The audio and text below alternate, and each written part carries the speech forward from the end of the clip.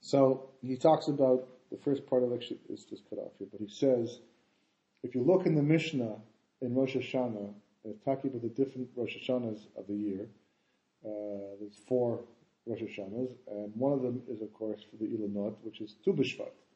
It's a cutoff point in terms of Trubnis and Meiser, in terms of when the plant was actually rooted, to determine to which year the Meiser, Trubnis and Meiser belongs to.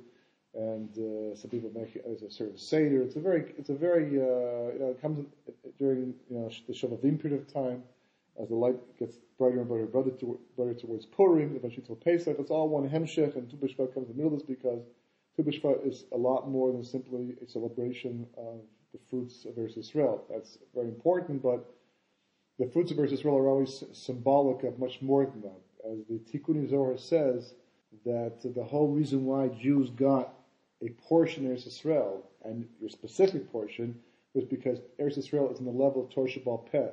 And getting your portion in Eretz Yisrael was also getting your portion in Torah Sheba'al Peh. So the fruits, obviously, coming from the land are symbolic and indicative of the fruits of Torah and what we produce in the world to make the world a tikkun for the world. That's why, for example, the Gemara speaks about the Shiva's meaning. It mentions that each, the Gemara asks in Erevin why the Torah mentions these things, and the Gemara answers by saying that each thing is for the sake of a midah, some kind of measurement, right? To know the halachas of tumah, the halachas of this, halachas that, why? What's the connection? Because basically it's all about midas. As he does say in Evan Shlomo, we're here to be shover our midas, to break our bad traits, to perfect ourselves. It's all a function of midas. The spheres are called midas as well, like the 49 midas we do between Pesach and Shavuos, to do with the spheres themselves. It's all a question of midas and measurements, midah, midah, because that's what we're trying to rectify and fix up.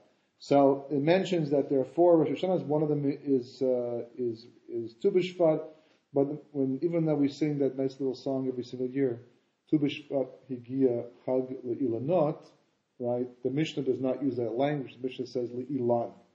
Rosh Hashanah Le'ilan, to a tree, not trees.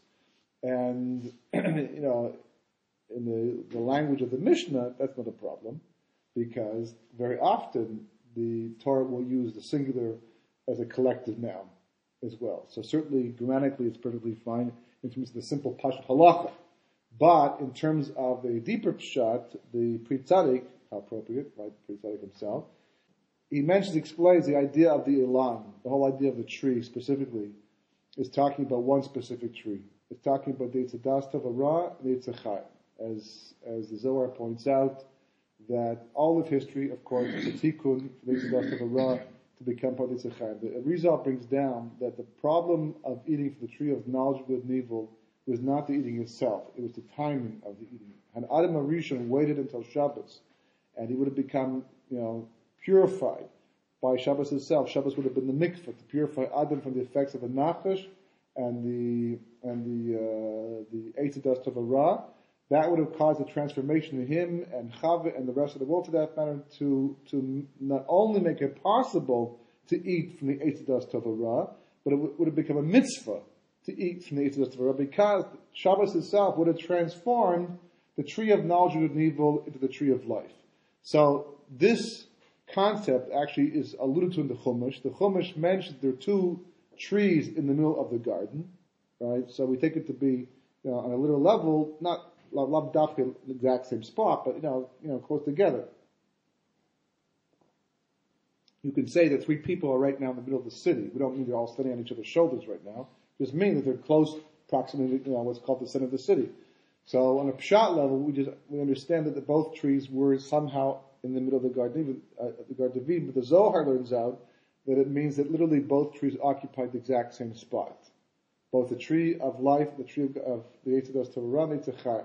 How did that work? Because before the Chet, there was only one tree. There was only the Eitzachayim, and all the other trees were branches off the Eitzachayim. So the Eitzadas Tov Ra, which is one branch, and the Orh Ganuz explains that if Adam had eaten the Eitzachayim, just eaten from the bark itself, that would have given a taste of all the trees in the Garden of Eden simultaneously. What he did instead was he actually ate from the branch of the Eitz Das Tova Ra. That's what he ate from, directly, as opposed to from the Eitz Chaim. And the result was to cause an hafrada from all the trees. So all the branches, in a sense, fell off the Eitz Chaim and became independent trees. Who created the Eitz Das Tova Ra? Not HaKadosh Baruch Hu. HaKadosh Baruch Hu created the potential for the Eitz Das Tova Ra. Who actually actualized the potential? That was Adam HaRishon by eating from the Eitz Das Tova Ra. He caused a separation till eventually they became two independent trees. In the beginning they were one tree, just like we said before the other piece. But Achdus is the source of everything. So all Pi Kabbalah, it means basically if you trace the Eitz Das Tova Ra and the Eitz Chaim up into the upper levels, the upper realms, eventually they merge and become one and the same thing. On the upper levels is only the Eitz Chaim. And the Eitz Das Tova Ra is a branch, literally, that branches off, a light that branches off the Eitz Chaim to become an independent tree. But the result of Adam HaRishon eating from the Eitz Das Tova Ra was that he caused a separation. He actualized the potential of that's why it's called, by the way, Eitz Das, as opposed to Ilan. The real name for tree is an Ilan. Why is it called Eitz? Because it's a branch. A branch is called an Eitz. So in the beginning it was just branches off the Eitz Chaim.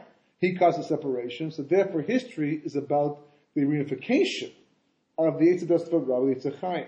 So that's what he says, that's what the Pri Tzedek wants to say, I hear, but next page, right, he wants to say that really that's what Tu B'Shvat's all about. That's what's going on all through life, all through history, but specifically there is a unique opportunity on Tu B'Shvat to cause a unification of the Eitz Das Tova Ra with the Eitz Chaim. And that's why it's called Rosh Hashanah L'Ilan. He didn't actually eat from the tree, obviously, that time. So it goes back to Tishrei. But the koyach, the light on the 15th of Shvat, this time of year, by focusing and using the opportunity of Tu B'Shvat the way it's meant to be used. So, there's some different approaches. There's actually a Seder, just like the Haggadah. There's a Seder that you can actually download from, I saw it on the internet, you can download this if you want to, but there's a whole Seder, many pages long, of what to do with Tu B'Shvat, what to focus on, what to think about. But the main idea that he's bringing down is that's what the Mishnah alludes to when it says it's Rosh Hashanah L'Ilan. It's basically, it's a way of saying it's Rosh Hashanah to the Eitz Das Tova Ra. It's a day on which we're able to meyachad, to combine, to bring together both of them as part of the tikkun for the world.